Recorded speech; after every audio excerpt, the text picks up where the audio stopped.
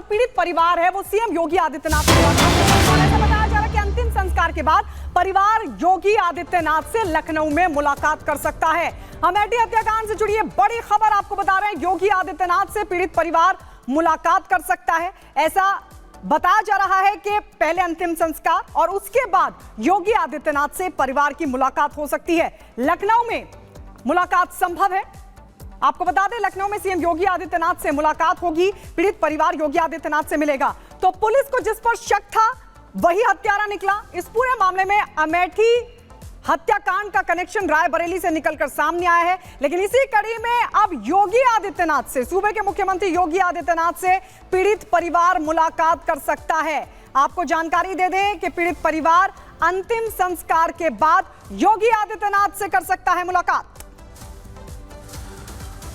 तो बिल्कुल एक तरफ मुख्यमंत्री योगी आदित्यनाथ पीड़ित परिवार से मिलने वाले हैं, लेकिन आपका यह जान लेना बहुत जरूरी है कि अमेठी में एक ही परिवार के 4 लोगों की निर्मम तरीके से गोली मारकर हत्या कर दी गई। उसके बाद इस पूरे हत्याकांड का आखिर रायबरेली कनेक्शन था क्या? इस रिपोर्ट के जरिए हम आपको यह पूरा हत्याकांड और इसके रायबरेली कनेक्शन के बारे में विस्तार से बताते हैं। रिपोर्ट देखिए।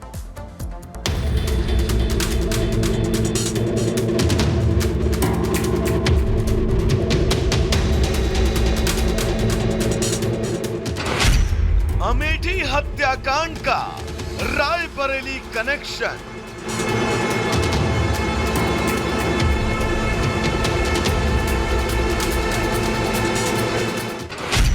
पुलिस ने खोली सामूहिक हत्याकांड की परतें।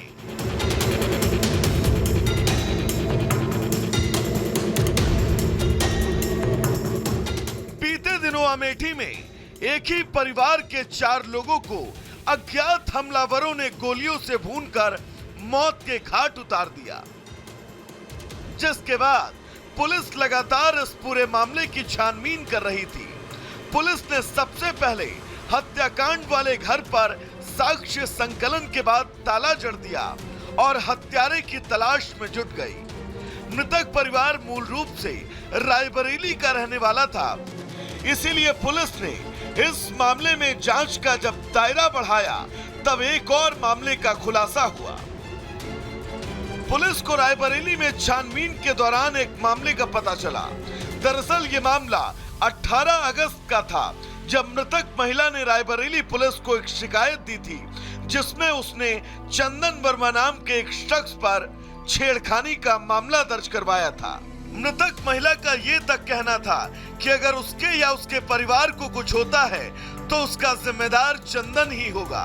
लेकिन रायबरेली पुलिस ने इस मामले को बहुत संजीदगी से नहीं लिया और जिसकी वजह रही कि ठीक 1.5 महीने बाद परिवार के 4 सदस्यों की हत्या कर दी गई।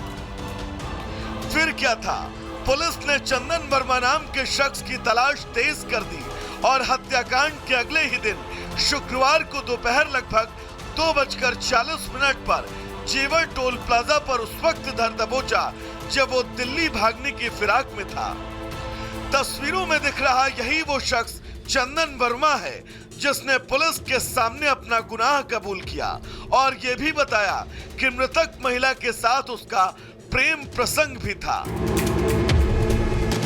अभियुक्त का जो मृतक है उसकी पत्नी से पिछले करीब 1.5 साल से जान पहचान थी, प्रेम प्रसंग था।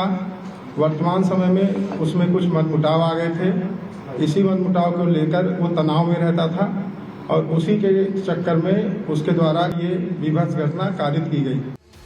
चंदन ने पुलिस को पूछताछ में ये तक बताया कि वह इस वारदात को अंजाम देने के बाद खुद को गोली मारना चाहता था।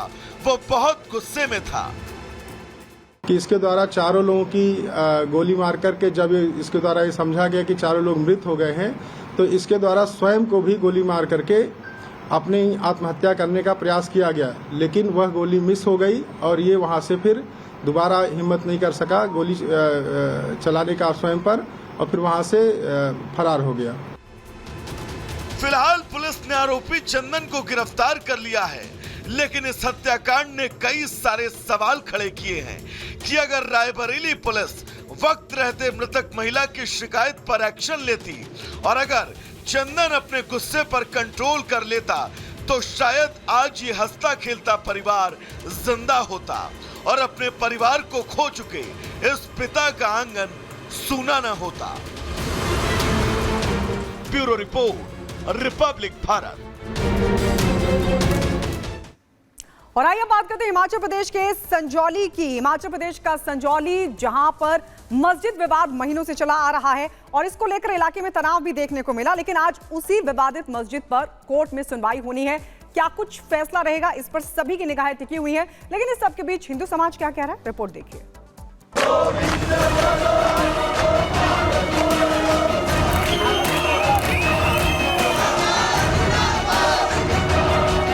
हिमाचल प्रदेश के शिमला में स्थित संजौली मस्जिद विवाद को महीनों बीत गए। दो समुदायों ने अपने अपने तरीके से विरोध प्रदर्शन किया। अतिक्रमण पर किसी ने नाराजगी जताई तो किसी ने अतिक्रमण के आरोपों को बिल्कुल निराधार बताया।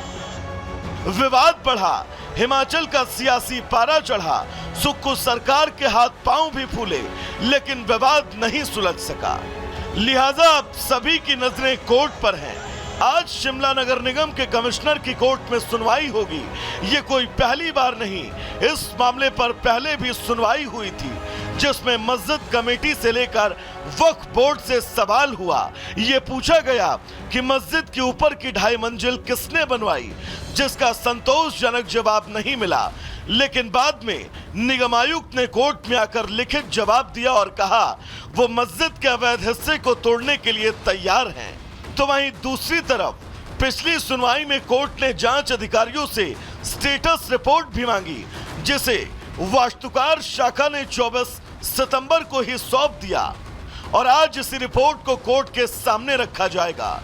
लिहाजा इसलिए भी आज की सुनवाई अहम है कि इस रिपोर्ट में यह निकल कर आएगा 2.5 मंजिला हिस्सा अवैध है या फिर वैध। कोर्ट के फैसले के पहले से ही हिंदू संगठनों ने ऐलान कर चेताया है, अगर फैसला हिंदू समाज के हक में नहीं आता है तो फिर जेल भरो आंदोलन होगा। इसी को देखते हुए शिमला पुलिस संजौली में सुरक्षा के चाक चौबंद इंतजाम कर चुकी है। Bureau report, Republic Bharat. तो चलिए दर्शकों आगे बढ़ेंगे। गुड मॉर्निंग भारत में दरअसल कानपुर के गरबा पंडाल में गैर हिंदुओं के प्रवेश के बाद वहां पर जमकर हंगामा हुआ। पूरी खबर क्या है, इस रिपोर्ट के जरिए आपको दिखाते हैं।